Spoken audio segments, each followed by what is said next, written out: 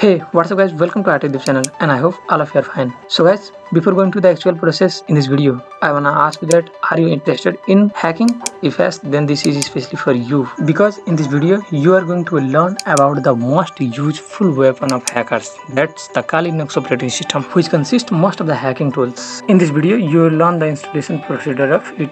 In here, we will install the Kali Linux operating system in a virtual box as a guest operating system so that we can use the two operating systems in a single PC. And before proceeding to the installation, you have to must enable the virtualization in your PC. There are too many ways to enable it. You can enable it through the BIOS. That one is the easiest.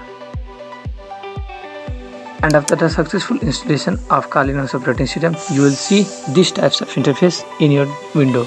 And you can run the operating system by simply clicking in here at start button. So guys, without wasting time, let's begin. And for the installation you need two things. One is VirtualBox application and another one is Kali Linux OS. You can download this from the description link. So after downloading these files, you have to install the VirtualBox in your host operating system. In here you can see I am installing. So simply proceed the installation as shown in this video. And guys, if you get stuck in any point of the installation, don't hesitate to comment. And guys, if you are new to our channel and still not subscribed, then subscribe and don't forget to turn on the bell icon because I am always taking out these types of video. So guys, if you like this video, then thumbs up and share it to your friends. And here you can see I have successfully installed the VirtualBox, and now we have to import and install the operating system in this VirtualBox. So to install, simply click on new button and in here give the name of the operating system. Here you can see I am giving it to Kali Linux, and in the type we have to select the Linux, and at the version we have to select suitable version for your system and then proceed to next. And in here select the memory size. 1024 is recommended, but here you can see I am going to select the 2 GB, that one is 2048 MB, and then click on next button. And in here keep the setting as it is and proceed to next, and keep it as it is in here also. And here choose dynamically allocated and then next. And in here also you have to keep the default location as it is, and only you have to increase the size as your requirement. I have selected 20 GB because I don't require to store more files in the next. And here you can see the setup is completed, and now simply click in setting button to import the ISO file. And to import, go to the storage, and in here select empty and go to the disk at the right side and click on second one, choose your disk file, and in here select the ISO file and open it. Here I have selected and opened, and now again click on disk and select the second one from the last, and then click on OK button, and it has been successfully applied.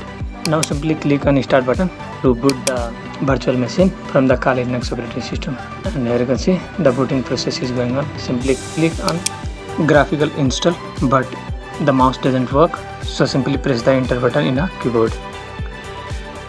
And here you can see the loading process is going on. It takes some time, so wait. And here you can see the processing is going. And now in here you have to select the language you want. Here I'm going to select the English and continue, and select the country, and in here you have to select the continent and then continue. Similarly proceed the other next settings too as you, and continue the booting process.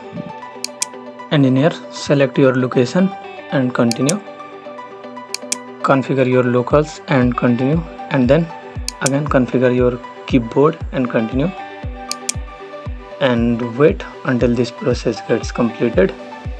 And it is completed, and in here you can see all the process gets completed fast and fast because I have fast forwarded the video in here.